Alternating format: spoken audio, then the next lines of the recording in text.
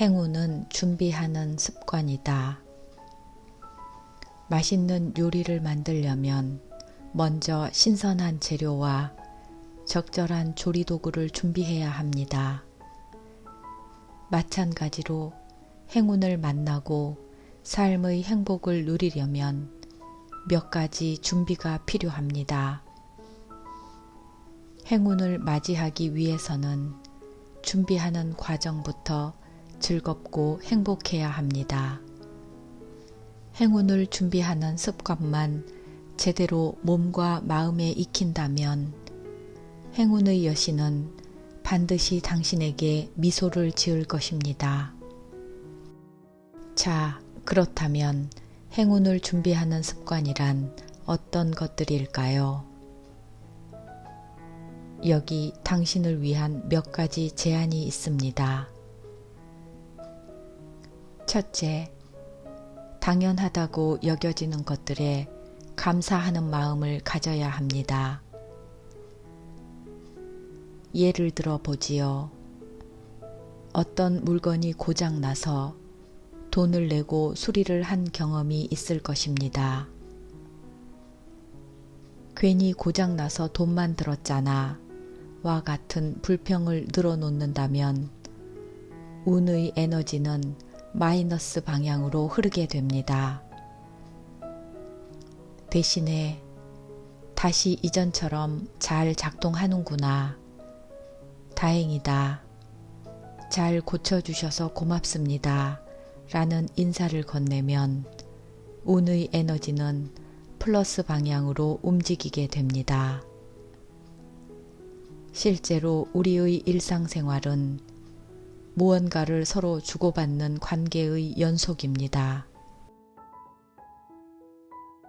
누구에게 뭔가를 주었으니까 돌려받는 게 당연하다고요. 세상살이에 그렇지 않은 일이 얼마나 많던가요. 합당한 대가를 지불했다 해도 그에 걸맞는 보답이 있다면 이는 분명 감사해야 할 일입니다. 우리가 그냥 지나치거나 당연하다고 여기는 것들에 행운을 만드는 힌트들이 숨어 있으니까요. 당장 오늘부터 가게에서 값을 치르고 나오면서 진심을 담아 감사합니다 라고 말하는 연습을 해보기 바랍니다. 많이 파세요와 같은 덕담도 좋습니다. 운은 일단 방향이 정해지면 일정 기간 동안은 그 방향으로 지속적으로 움직이려는 성질을 가지고 있습니다. 따라서 노력한 만큼 대가가 돌아올 때 감사하는 마음을 가져야 합니다. 그런 노력들이 결국은 더 큰 행운이 들어올 수 있도록 길을 내는 것이지요. 행운이 행운을 부르는 것이랍니다. 둘째, 마음에 들지 않는다면 무시해야 합니다. 당신의 하루가 좋은 일로만 가득할 수는 없습니다. 불쾌하고 짜증나는 일들이 불쑥불쑥 끼어들 수도 있습니다. 회사 업무상 만나는 거래처 담당자와의 마찰, 상사의 부당한 업무 지시, 금전적인 손실, 가족과 나의 불화 등등 당신을 괴롭히는 것들은 도처에 널려있게 마련이지요. 이럴 때 당신의 감정과 마음을 상하게 하는 사건이나 일 속으로 빠져들지 않도록 하세요. 서로 상대의 분노가 당신을 향할 때도 피하거나 무시해야 합니다. 같이 반응할수록 행운을 불러오는 에너지만 소진할 뿐입니다.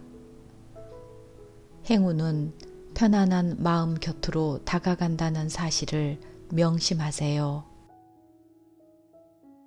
셋째, 지혜로운 친구나 가족을 잘 섬겨야 합니다. 일반적으로 운이 좋은 사람 주위에는 귀인들이 다수 포진해 있는 경우가 많습니다.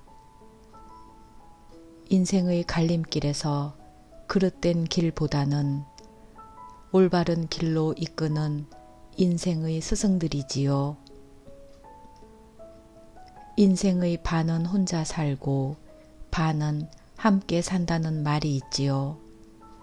귀인, 즉 운 좋은 사람과 함께 길을 가야 행운을 만나는 기회를 누릴 수 있습니다. 돈으로 살 수 없는 귀한 인연은 소중하게 다루고 가꾸어야 합니다.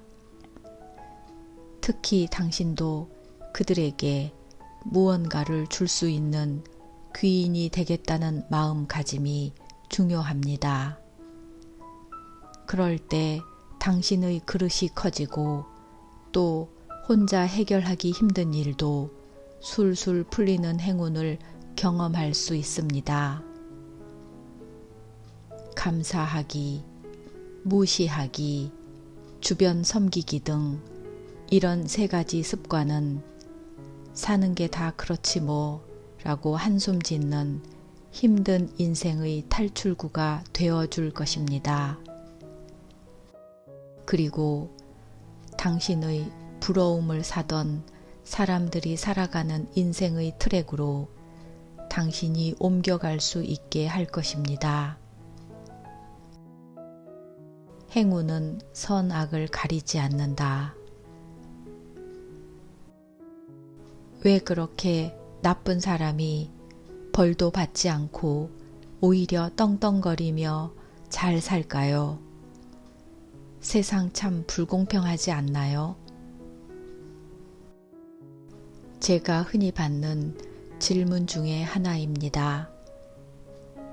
현재 중견기업의 회장인 A씨. 그를 보면 세상은 공평하지 않아 보입니다. 그가 망하기를 기도하는 주위 사람도 많습니다. 그는 30대 초반부터 건설업체를 운영했습니다. 거래처를 비롯해 직원, 친구, 선후배에 이르기까지 그에게 이용당하거나 손해를 보지 않은 사람이 없을 정도입니다. 그의 가치관은 철저한 자기중심주의입니다. 자신을 비롯해 내 가족만 잘 먹고 잘 살면 된다는 사고방식이지요. 남들로부터 저주와 손가락질을 받고 있지만 회사는 여전히 성장하고 있고 사회적 지위도 높아만 갑니다. 명예도 차곡차곡 쌓아가고 있습니다. 언젠가는 큰 벌을 받고 말 거야. 망해야 마땅한 이런 악한 사람에게 왜 행운이 이어지는 것일까요? 정답은 이른바 양심이 없기 때문입니다. 이런 사람들의 공통점은 자신의 이익과 목적을 위해 다른 사람을 이용하지만 일말의 죄책감도 없습니다. 양심이 없으니까 가책도 없지요. 이들은 본인 스스로에게 무죄를 선고합니다. 물론 이들이 사회적인 범죄자는 아닙니다. 사회적인 범죄에는 형벌이 따르니까요. 이들은 자신이 어떤 결정을 하든지 스스로 행운을 누릴 자격이 충분하다고 믿지요. 철저하게 자신과 가족의 행복만을 생각합니다. 이것이 사회적인 범죄를 저지르는 사람들과의 차이점입니다. 범죄를 저지르는 사람들은 자신의 행복조차 외면해 버리거든요. 하늘이 무심한 것일까요?